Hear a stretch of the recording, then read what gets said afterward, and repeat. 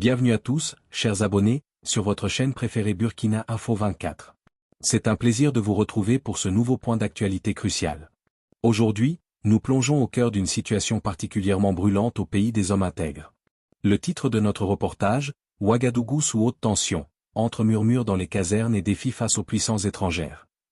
Dans cette vidéo, nous allons décrypter pour vous les zones d'ombre qui planent sur l'armée burkinabé après l'annulation mystérieuse de réunions stratégiques à l'état-major. Nous irons également sur le terrain pour comprendre pourquoi le dispositif sécuritaire a été drastiquement renforcé dans la capitale et quel rôle joue actuellement le Mogo Nahaba dans cette crise. Enfin, nous reviendrons sur les accusations graves des États-Unis concernant l'Or du Faso et la grande mobilisation prévue ce mercredi 30 avril. Mais avant d'entrer dans le vif du sujet, un petit geste de votre part nous aide énormément. Donnez-nous un maximum de pouces bleus pour encourager notre travail d'information indépendant. Et si ce n'est pas encore fait, abonnez-vous dès maintenant et activez la cloche de notification pour rester scotché aux mises à jour de l'actualité en temps réel. Vous êtes prêts? L'équipe de Burkina Info 24 est prête? On commence? Ouagadougou, sous le soleil de plomb d'avril, la capitale burkinabé semble figée dans une attente fébrile. Si les étals des marchés de Roudwoko continuent d'accueillir les clients, les conversations, elles, se font plus basses. Derrière le calme de façade, le pays des hommes intègres traverse une zone de turbulence inédite. Entre une hiérarchie militaire fracturée, un déploiement sécuritaire hors norme et un jeu d'influence internationale, le pouvoir du capitaine Ibrahim Traoré semble faire face à son test le plus difficile depuis septembre 2022. Le silence assourdissant des casernes, une armée en quête de cohésion. L'information a fuité malgré les murs épais du quartier général, l'unité de façade au sein des forces armées nationales, FAN, se fissure. Le malaise ne se limite plus aux simples rumeurs de couloir, il s'exprime désormais par des chaises vides. La semaine dernière, un événement majeur a marqué les esprits au sein de la Grande Muette. Une réunion stratégique, convoquée à l'état-major pour coordonner la lutte antiterroriste, a tourné au fiasco. Initialement prévue le mardi 22 avril, reportée au mercredi, elle a finalement été annulée. La raison? Plusieurs officiers de haut rang ont tout simplement boycotté l'appel. Exemple concret de la vie actuelle. Dans les maquis, restaurants populaires, proches des zones militaires, l'ambiance a changé. Habituellement, les soldats s'y retrouvent pour fraterniser. Aujourd'hui, on observe une méfiance réciproque. On ne sait plus qui est avec qui, confie un habitant du quartier Gunga. Ce boycott témoigne d'un désaccord profond sur la conduite de la guerre contre les groupes armés terroristes, GAT, certains officiers prônant une approche différente de celle de la présidence. 2. Le palais du Mogo Nahaba, le dernier rempart de la médiation.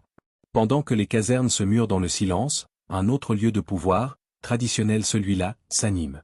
Au palais du Mogo Nahaba, l'empereur des Mossi, les observateurs ont noté un balai inhabituel. Des hommes en treillis y croisent des délégations civiles, mais surtout des visages marqués par la douleur, les épouses et parents de militaires et de civils enlevés ou portés disparus ces dernières semaines. Le Mogo Nahaba, autorité morale suprême, est historiquement celui vers qui l'on se tourne quand le dialogue politique est rompu. Ce défilé suggère que des négociations de l'ombre sont en cours pour éviter une confrontation directe entre factions de l'armée. Pour les familles, c'est le dernier espoir d'obtenir des nouvelles de leurs proches dans un contexte où les arrestations pour complot contre la sûreté de l'État se multiplient. 3. Ouagadougou en état de siège, hélicoptères et chiens renifleurs. La tension a atteint son paroxysme le jeudi 24 avril. Pour le Conseil des ministres, le quartier de la présidence a été transformé en camp retranché. Pour la première fois de mémoire d'habitants, des chiens renifleurs de la brigade canine ont méthodiquement fouillé chaque recoin du périmètre pendant que les ministres délibéraient. Dans le ciel, le vrombissement incessant des hélicoptères de combat survolant la zone à basse altitude rappelait à chaque citoyen l'imminence d'un danger. Au sud de la ville, devant le camp général Babassi, 2 véhicules blindés lourds sont désormais positionnés en permanence, pointant leurs canons vers les axes principaux. Impact sur le quotidien, pour les Ouagalais, circuler est devenu un défi. Les checkpoints se sont durcis, et la vue des blindés en plein centre-ville crée un sentiment d'insécurité permanente. On va au travail avec la peur au ventre qu'un coup de feu éclate à tout moment, explique un commerçant dont la boutique jouxte une zone sensible.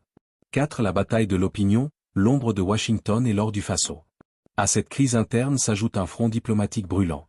Le général Michael Langley, chef du commandement américain pour l'Afrique, AFRICOM, a jeté de l'huile sur le feu en accusant directement le capitaine Traoré de détourner les réserves d'or nationales pour financer sa propre protection sécuritaire, notamment via des partenaires privés étrangers.